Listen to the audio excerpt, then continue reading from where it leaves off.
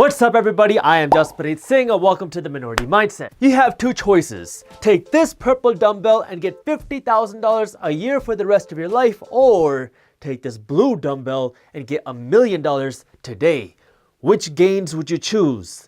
Choose wisely, my Minority Mindset family. We asked this question in our Minority Mindset Facebook community a little while ago, and it stirred up a pretty interesting discussion that I think we should talk about. This guaranteed payout versus lump sum is not as easy as it might seem because it involves a few very important money factors like the time value of money, alternate spending opportunities, and compound interest investing. You need to understand how to apply these concepts so you can make the best financial decisions for yourself. George Washington University recently did a study and they found that 66% of Americans don't understand how compound interest works, so this is pretty important. The first thing you have to do is look at the time value of money. To keep things simple, let's assume that the $1 million you get today and the $50,000 you will get every year is what you would receive after taxes. The value of $1 today is not the same as $1 tomorrow because the prices of things keep going up every single day with something called inflation, and that means the value of each dollar keeps going down. Now, practically speaking, you're not going to notice a difference in value between $1 today and $1 tomorrow because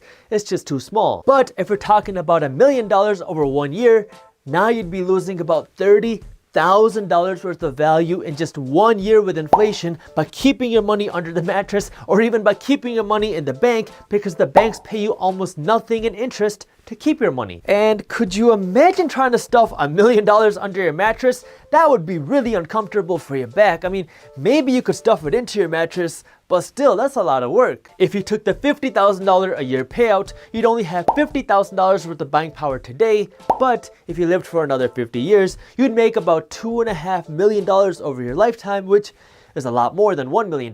But before you jump and grab that option, give me that $50,000! Don't forget that in 10 years, $50,000 won't be worth the same as what it does today. Remember how people used to be able to buy a candy bar for just a nickel? Well, what's a nickel worth today? That's what inflation does. If you're 25 years old and you take the $50,000 a year, by the time you're 45, that $50,000 check that you get will only be able to buy about half the things it can today, assuming that inflation is 3% a year. So if you're relying on that budget to survive, your budget is gonna get tighter and tighter every year. Whoa, but wait, Jasprit, if the $1 million and the $50,000 a year payout are both gonna be worth half in like 20 years, then wouldn't it be better to take the $50,000 option because you're gonna make more money overall? Well, that brings us to number 2. You gotta look at what you're gonna do with that money. If you want to promote bad back health and you do nothing with your money besides keeping it under your mattress, you know, you'd think with all that money you'd at least be able to buy a second mattress or something. Then yeah, you're exactly right. That $1 million you have today will only have about half the value and half the buying power in 20 years. So if you're young, you might be making more money if you take the $50,000 a year payout. Or if you know that if you had a whole bunch of money, you'd be out shopping at Gucci or you'd be buying a whole bunch of fast cars, then yeah, it might be better to take the $50,000 a year. But if you took the $1 million and you use that money to go out and buy investment seeds or things that grow and make you more money, then things might be different. For example, let's say you took that $1 million and you used it to buy an apartment complex. Now you have an income producing seed that's gonna pay you just for owning it. The amount of money you're gonna make from rent is gonna depend on what kind of property it is, where it's located, and a bunch of other things like that. But many real estate investors will tell you that a 7% return on your money is a very, very reasonable rate of return. Like here in Michigan, a 7% return on your money is actually on the lower end. So you buy this property for $1 million and you're renting it out, and now you're making about a 7% return on your money every single year, and a 7% return on $1 million is $70,000?